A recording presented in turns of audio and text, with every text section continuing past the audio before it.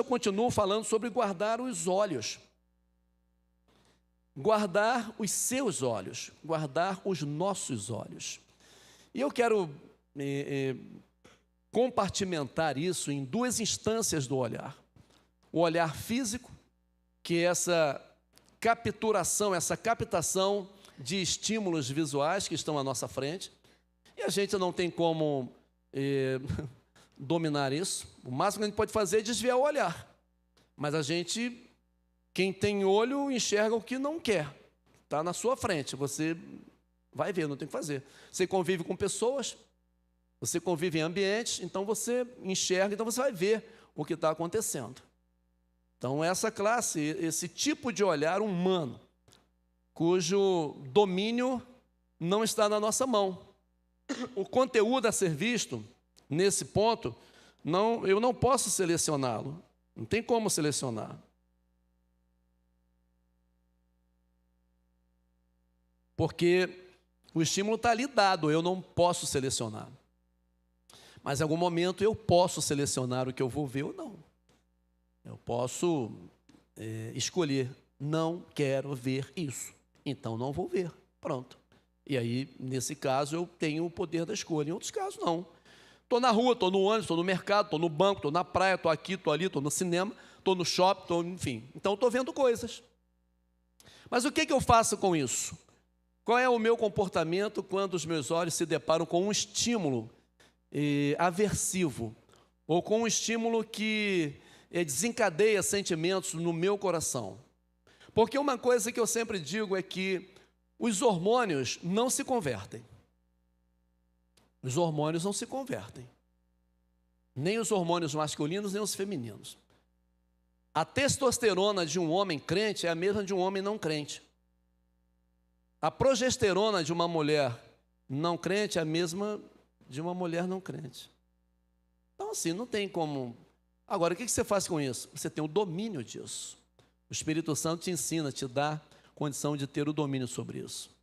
Então, um estímulo visual para um crente ou para um mundano é o mesmo.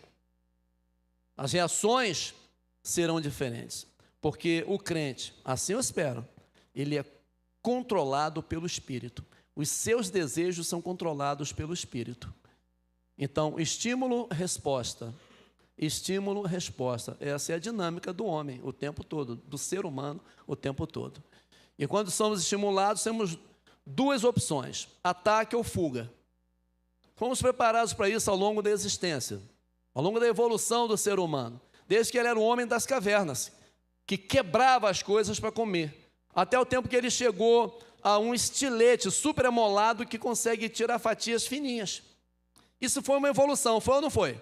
Os caras quebravam, pegava o coco e metia na pedra, e depois com uma outra pedra tentava tirar a carne do coco para comer.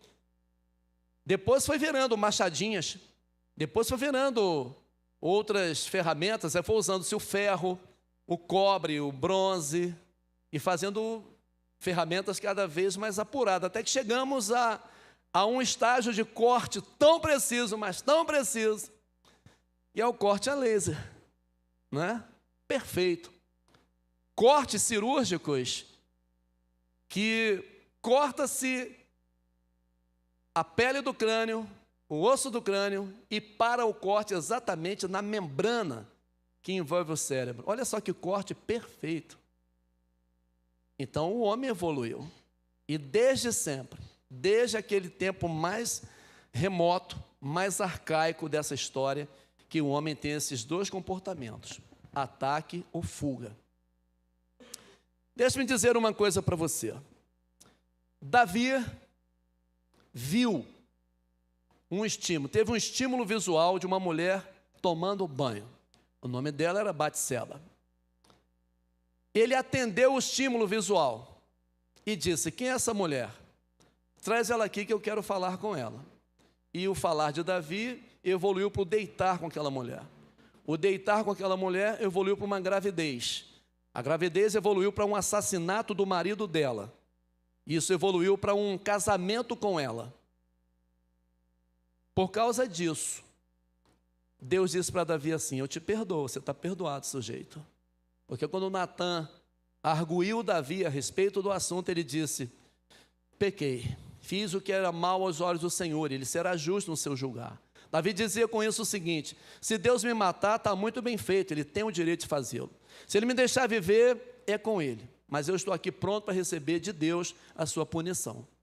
O Senhor disse: você não morrerá, o teu pecado foi traspassado de ti. Mas, gente, o que vem depois do mais é... eu sempre digo para vocês, o que vem depois do mais é muito complicado. Mas pode vir uma coisa muito boa, mas pode vir uma coisa muito ruim. E Deus disse: mas a espada estará continuamente sobre a tua casa.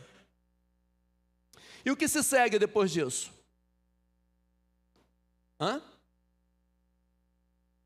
Incesto,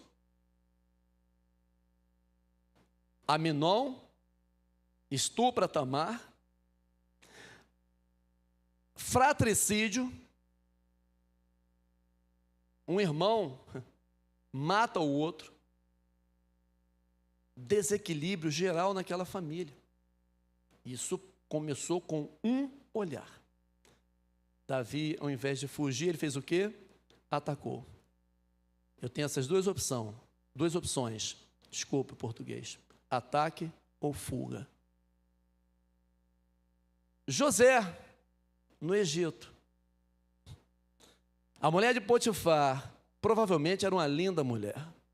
E todos os dias, não somente se mostrava para José, mas o provocava e dizia: cara, você é um gato, por que você não deita comigo? Ele disse: não, de jeito nenhum, senhora. O teu marido confia muito em mim. Ele não me proibiu usufruir de qualquer coisa nessa casa. Eu posso chegar ali na despensa agora e comer o que eu quiser. Eu posso chegar ali na geladeira, claro que eu não tinha geladeira no Egito, abrir e comer o que eu quiser. Eu posso ir ali na fruteira e comer o que eu quiser. Eu posso tocar aquilo que eu quiser. Ele só me vetou uma coisa nessa casa. Quem? Você. Você é a única coisa que ele proibiu que eu tocasse nessa casa. E ela insiste. José estava empreendendo fuga todos os dias. Ao invés de atacar, ele fugia. Até que um dia ele fugiu literalmente. Porque ela deixou só de perturbá-lo com o visual e o auditivo e o perturbou agora agarrando-o. E disse: vem cá, sujeito, hoje você não me escapa, hoje você é meu de qualquer maneira. E o Zé meteu o pé, irmão. Zé vazou da mão dela e largou a túnica na mão dela. Então ele fugiu. Você e eu temos essas duas opções depois do que vemos ou ouvimos: atacar ou fugir. Aprenda esse caminho, né, da fuga e do ataque. Existem momentos em que depois que você vir, você vai ter que atacar. Então aprenda a equilibrar isso. Um outro episódio de Davi. Davi chegou no fronte de batalha, levando víveres para o capitão e saber como estava a guerra. Quando Davi chega lá, ele vê o gigante Golias afrontando o povo de Israel.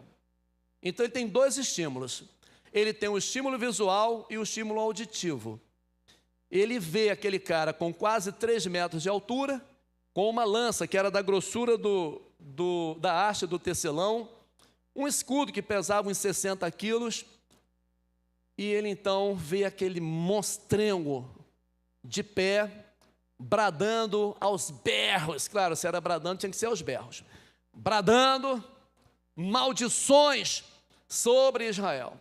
E afrontando Israel, dizendo: se tem homem nesse exército, separa um dele aí, manda aqui. Não precisa vocês entrarem numa guerra sangrenta e esse exército todo. Bota um de vocês para brigar comigo. Quem vencer é servo do outro. E Davi ouviu aquilo e viu também E Davi atendeu o estímulo por duas razões. Primeiro, ele sabia quem era, e a fala daquele gigante afrontava o seu Deus, afrontava a sua origem, afrontava a sua fé, afrontava quem ele era. Então ele disse: eu não vou suportar isso. Então ele, em vez de fugir, ele ataca. Aí sim, ele ataca, aí ele se mostra quem é e pergunta lá para as pessoas: o que aquele cara disse? E aí as pessoas falam: esse homem aí está afrontando a gente há por 40 dias, de manhã e de noite, de manhã e de tarde ele chega ali, salta os berros para cá e tal. E o rei disse que quem conseguir matá-lo, ele vai dar a filha por esposa e vai isentar de imposto. Então Davi escuta mais uma vez e tem outro estímulo.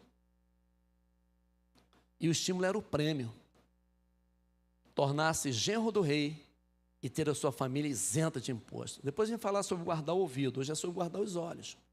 Mas Davi viu aquela cena, e isso o estimulou a atacar e não a fugir.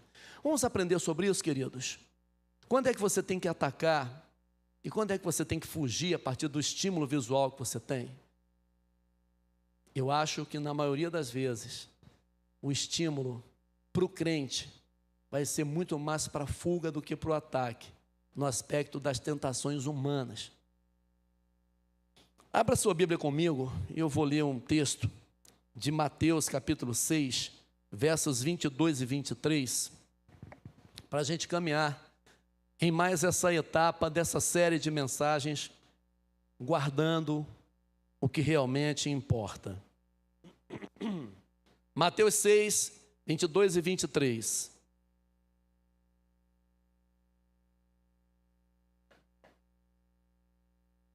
Os olhos são a lâmpada do corpo. Se os seus olhos forem bons, todo o seu corpo será cheio de luz. Se, porém, os seus olhos forem maus, todo o seu corpo estará em trevas. Portanto, se a luz que existe em você são trevas, que grandes trevas serão. Já tem um paradoxo sensacional nesse texto, né, gente? Você consegue identificá-lo aí? Olha aí, no final: portanto, se a luz que existe em você são trevas, como assim? Como é que pode luz ser treva, gente? Mas esse paradoxo nos arranca de um ponto e nos leva para o outro, de um entendimento. Não somente o entendimento científico ou da física sobre luz, sobre o estímulo da claridade que a luz provoca. Entenda uma coisa, querido: escuridão não é um fenômeno natural. Escuridão é o resultado de um fenômeno que não aconteceu. Alguém entendeu o que eu quis dizer? A escuridão não é um fenômeno natural. A escuridão é provocada por um fenômeno de algo que não aconteceu. Escuridão é o resultado da ausência de luz. Se nós apagarmos aqui as luzes, escurece. Aí você tem um fenômeno da escuridão. E o que provocou a escuridão no ambiente? O apagar das luzes. Então, a escuridão é o resultado da ausência de luz. Cuidado, para que não haja ausência de luz em você. É isso que o texto está dizendo. Porque se a luz que você tiver, porque se a luz que existe em você são trevas, e aí esse paradoxo: como é que pode a luz ser trevas? É uma luz que não ilumina. É uma luz que muito mais produz trevas do que iluminação. Isso no aspecto comportamental. Somos luz. Somos luz. Batemos na tecla e dizemos com todas as letras: somos luz. Porque Jesus Cristo disse que nós somos luz. Vocês são luz.